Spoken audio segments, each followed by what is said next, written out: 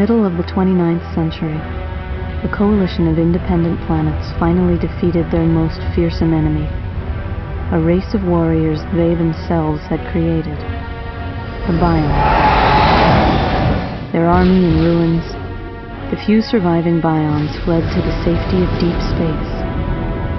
For the first time in over 300 years, Coalition citizens could enjoy peace.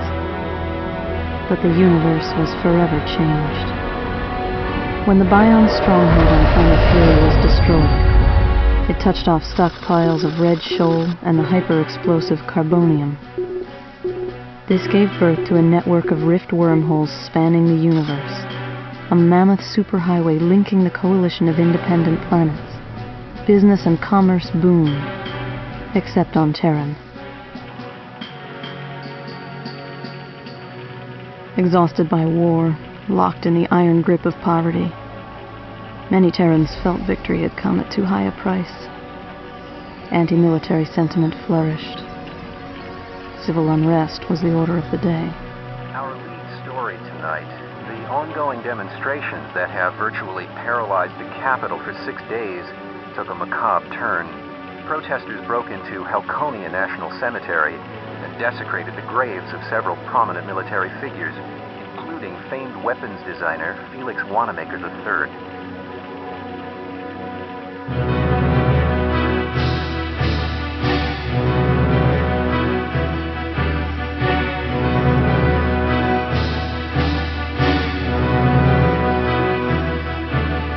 While protesters marched and governments bickered, a lone warrior lived in quiet solitude. Once a hero for defeating the Bion horde, now scorned as a symbol of military excess. Until one day,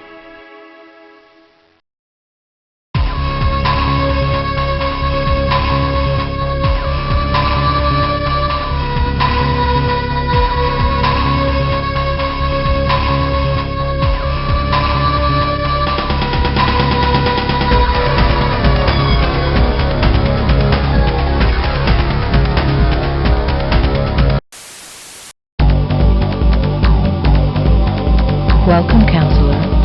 I am Eve, the Hellbender's enhanced virtual entity. I am programmed to assist you in securing Coalition victory. I will guide you through every battle, but winning the war is up to you.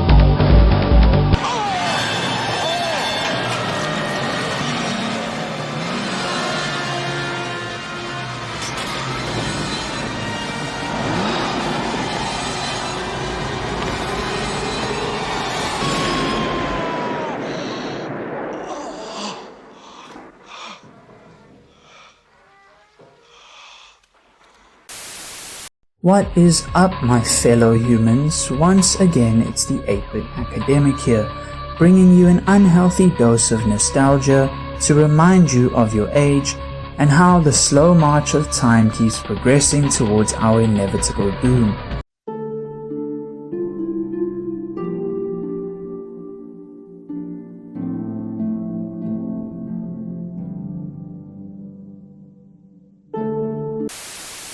But do not fret, my dear audience, for it is better to live in the present moment and enjoy the little things in life, like video games, than to fear for the potentially apocalyptic future. How goes it? I've been better. I hope things get better. Bye. Goodbye. Oh, hello. How are you today? I've been better. How about you? I've been better. What's the news from the other parts of Tamriel? Nothing I'd like to talk about. So long. Be seeing you. If this is too much toxic positivity for you, I don't care. Let's just get back to focusing on that present moment instead. At this very present moment, I am currently showcasing an extremely rare gem from the mid-90s. Which I'm 100% sure most of you have never even heard of, unless, like me, you had an unhealthy exposure to a computer when you were just 7 years old. At this young point in my life, I began to care less about action figures, Legos, and playing outside, and more about the bright colors and dopamine-inducing sound effects that emanated from our Windows 95 Pentium 2 personal home computer, which my dad had bought to help him with his work, but which ended up becoming an endless source of fascination and amazement for my childlike mind at the time. It was around this time when I also would transform into a basement-dwelling gamer for the rest of my life, since our totally high-tech Windows 95 computer would come with a handful of CD-ROM demo discs and software catalogs. For the younger generation out there, this predated the worldwide use and availability of the internet, which did exist back then but was extremely primitive and only really available to people that could actually afford it.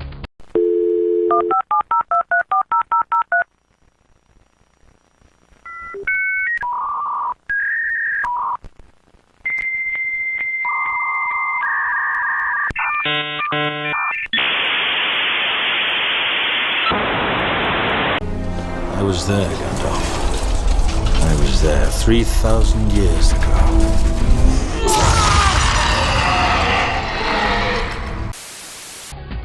So since the World Wide Web was largely unavailable to most people, in order to sell the necessary add-ons, software packages and entertainment needed to spice up the otherwise dull Windows operating system, Microsoft would include the aforementioned CD-ROM catalogs with each purchase of a personal home computer.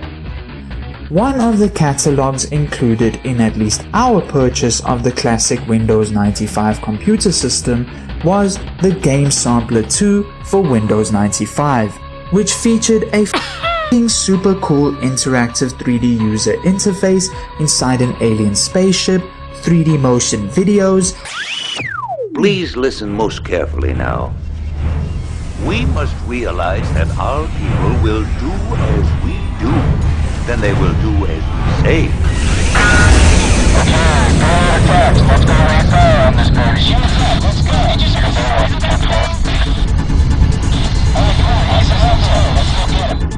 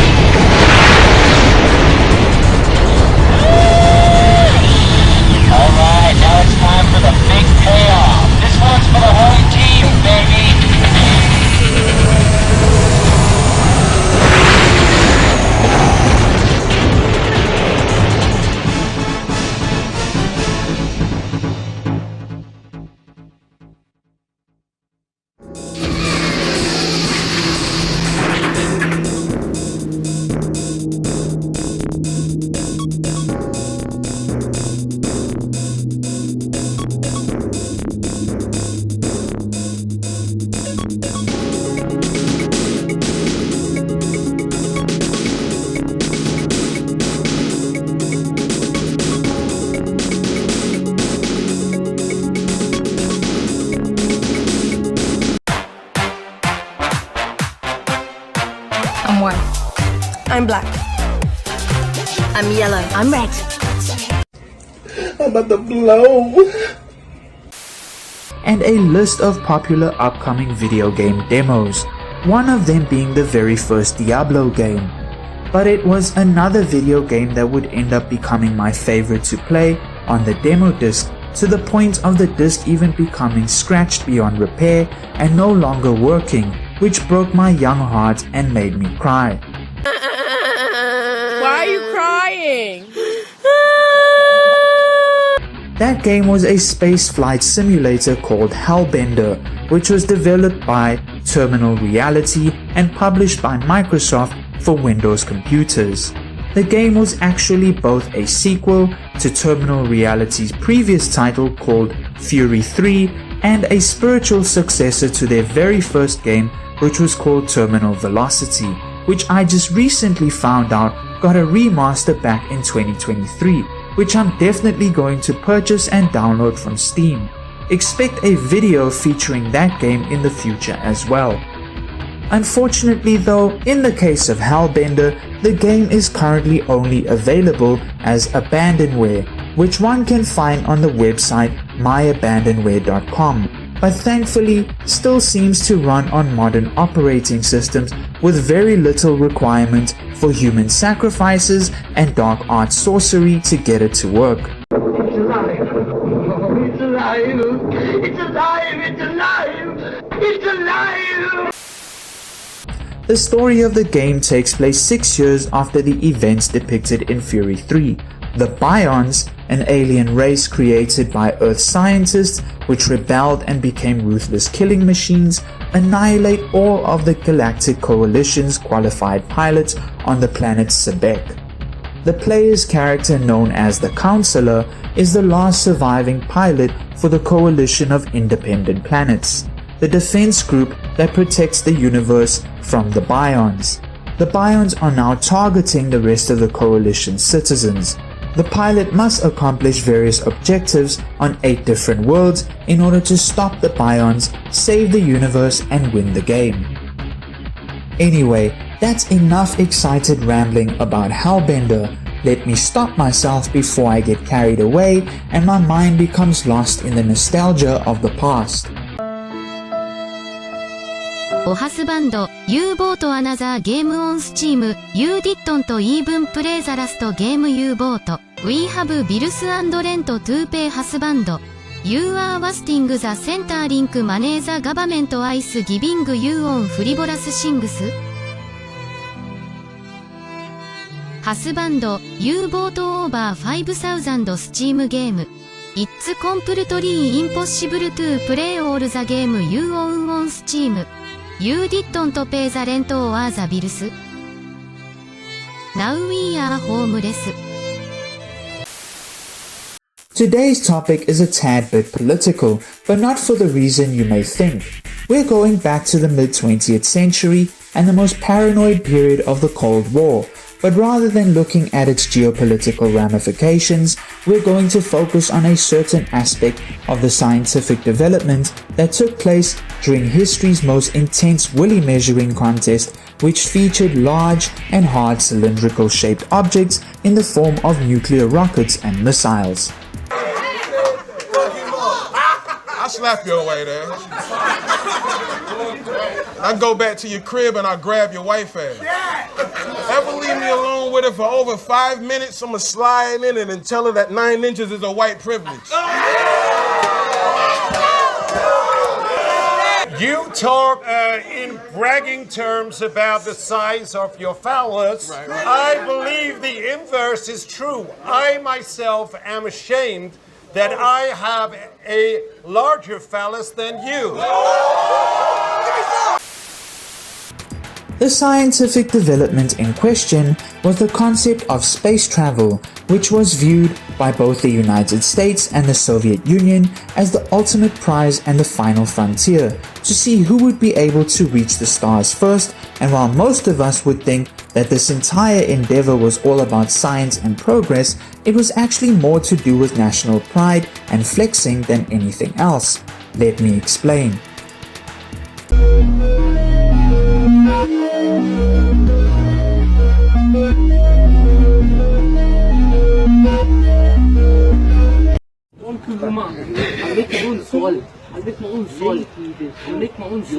You won't get it at the net. Yeah, I don't need your mix. Pacific. You're smoking Pacific. You're smoking Pacific. You're a Stuyvesant smoker. I'm a Pacific smoker. I'll sound you for that. I'll sound you for that. Have a big mouth. Try me. Have a big mouth. Try Just now me. you see. Just now you see. Yeah. Have a big The mouth. same plank. Just now you see. We'll knock you the same plank. I'll beat you. I'm telling you, eat you in. I will eat you. Until I'll hurt you. I'm warning you. Hey! I'll fucking eat you. You heard me? I am telling you, I'll hurt you. Don't play with me, I'll hurt you. After World War II drew to a close in the mid-20th century, a new conflict began, known as the Cold War. This battle pitted the world's two great powers, the democratic and capitalist United States and the communist Soviet Union, against each other. Beginning in the middle of the 20th century, space became another dramatic arena for this competition, as each side sought to prove the superiority of its technology, its military firepower, and by extension, its political economic system. By the mid-1950s, the US-Soviet Cold War had worked its way into the fabric of everyday life in both countries, fueled by the arms race and the growing threat of nuclear weapons, wide-ranging espionage and counter-espionage between the two countries, war in Korea, and a clash of words and ideas carried out in the media. These tensions would continue throughout the space race, exacerbated by such events as the construction of the Berlin Wall in 1961 and the Cuban Missile Crisis of 1962.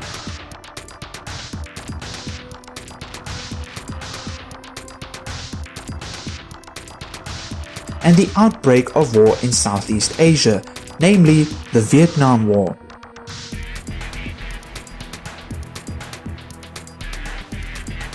Space exploration served as another dramatic arena for Cold War competition. On the 4th of October 1957, a Soviet R-7 intercontinental ballistic missile launched Sputnik, the world's first artificial satellite and the first man-made object to be placed into the Earth's orbit. Sputnik's launch came as a surprise and not a pleasant one to most Americans.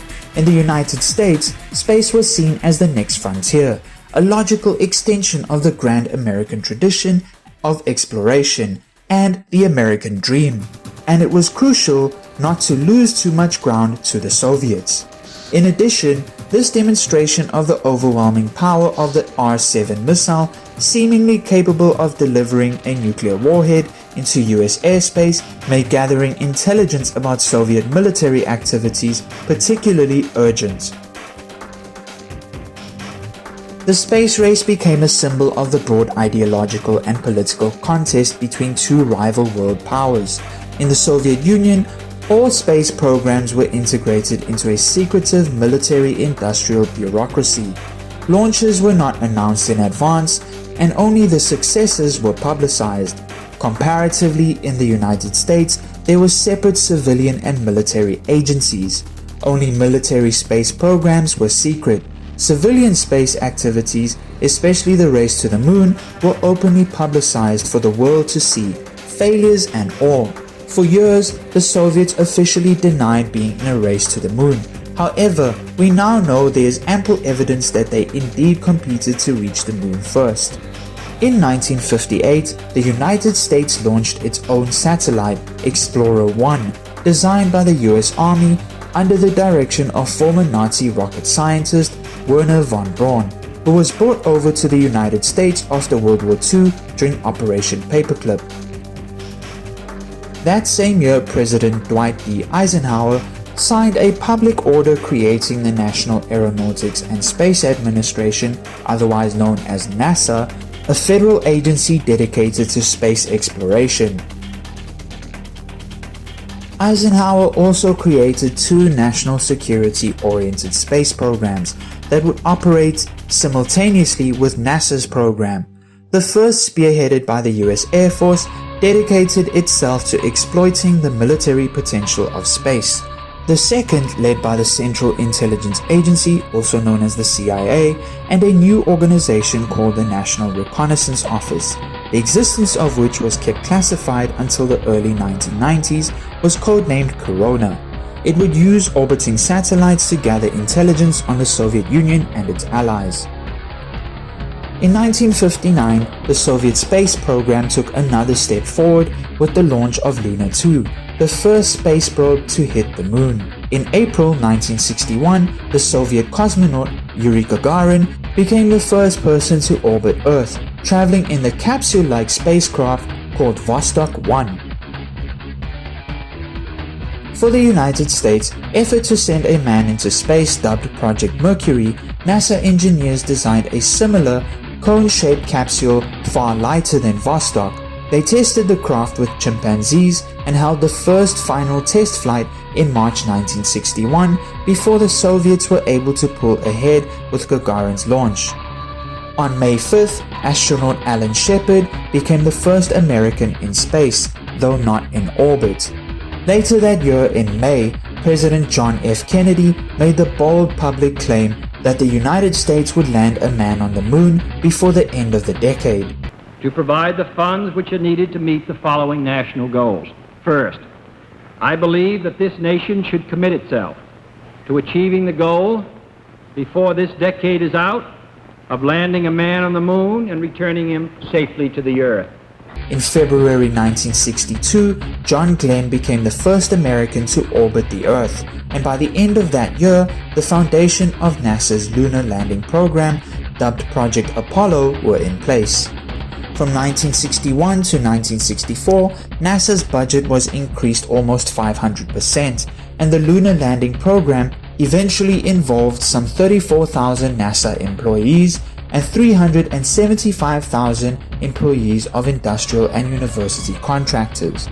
The Apollo program, however, suffered a setback in January 1967, when 3 astronauts were killed after their spacecraft caught fire during a launch simulation. The 3 pilots, Virgil Grissom, Edward White, and Roger Chaffee, became trapped inside the Apollo 1 command module, and due to the vacuum-sealed hatch and internal pressure inside the cabin, were unable to escape, which resulted in them being burned to death. There are audio clips of the crew's final moments floating around on YouTube for anyone who is interested, but I must advise you all that they are quite grim and tragic.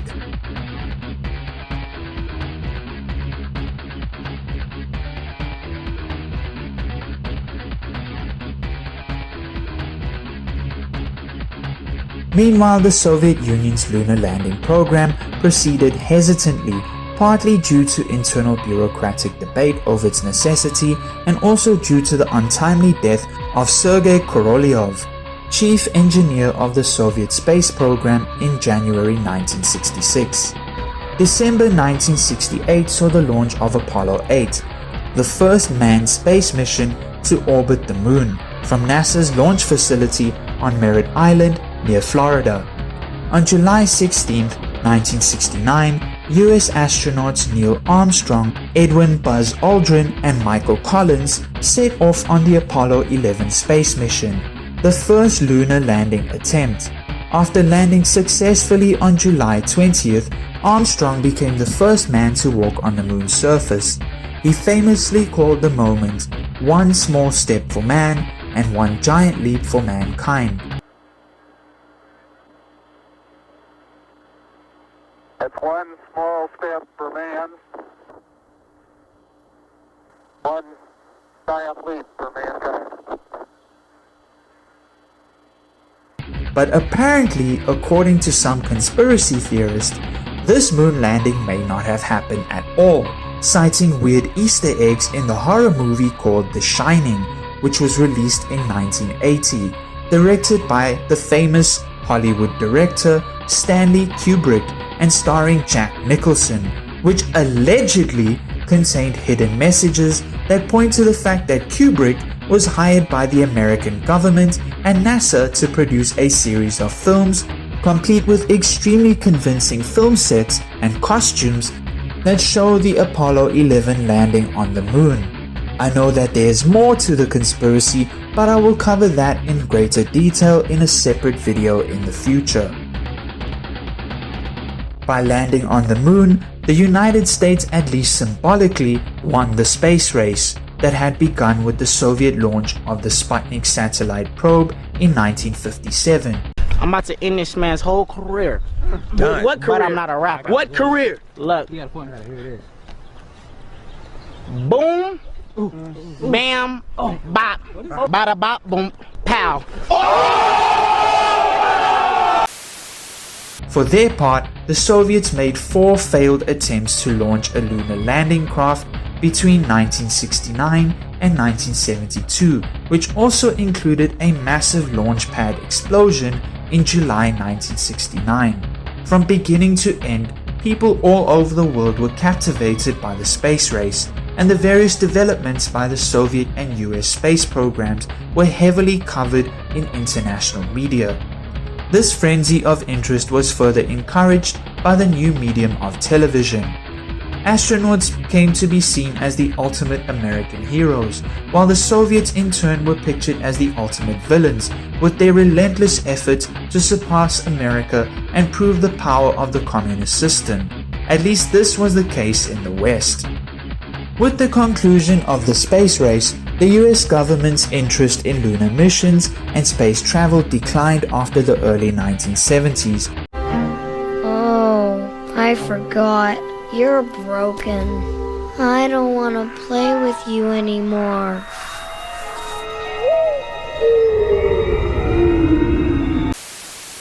And thus budget cuts to NASA's space program followed, which would explain why we never went back to the moon.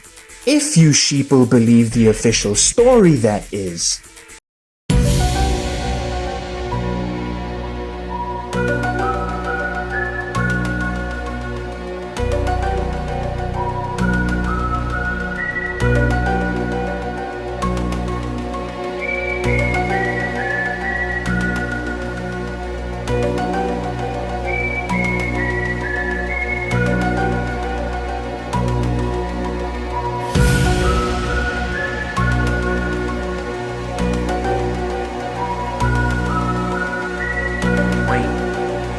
Always correct. Always has been. However, in 1975, the joint Apollo-Soyuz mission sent 3 US astronauts into space aboard an Apollo spacecraft that docked in orbit with a Soviet-made Soyuz spacecraft. When the commanders of the 2 crafts officially greeted each other, their handshake in space served to symbolize the gradual improvement of United States-Soviet relations in the late Cold War era. So in the end, it was really all about who has the biggest ding-dong and the hardest balls of steel. Another final fun or not so fun fact regarding the space race is that the rockets used to transport space vehicles into orbit were in fact modified ICBMs, or as mentioned by that crazy Nigerian prophet Indaboski, intercontinental ballistic missiles. I am not ordinary Homo sapien. I am intercontinental ballistic missile. Which were designed to carry nuclear warheads in case World War III popped off, and we decided to create the real-life version of the Fallout universe. Hey, Smoothskin, you need something? In order to make them less explodey and kinda safer for space travel, the warheads were simply removed. They could however still blow up if something went wrong, like what happened in the year 1986 to the Space Shuttle Challenger, which ended in the deaths of its entire 7-man crew. I mean people crew, or something along those lines. Anyway, that was a pretty long ass episode, but I hope you all were able to take away something interesting from it. Maybe with this new Cold War going on between the US, China and Russia, let's stop pretending it isn't happening and call a spade a spade. Maybe we will see a new space race as our overlord Elon Musk continues to push the idea of colonizing Mars. Let's see who gets there first. That's it for today folks, until next time, peace. It was a bitter cold but sparkling clear morning at Cape Canaveral. Here, the last seconds of the countdown.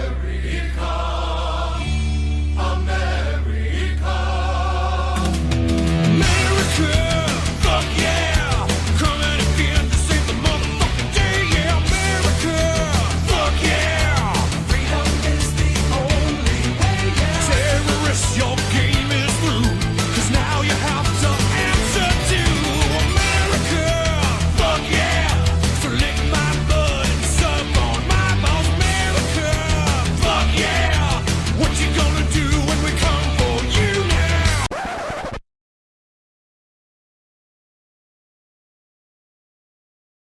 What a shame.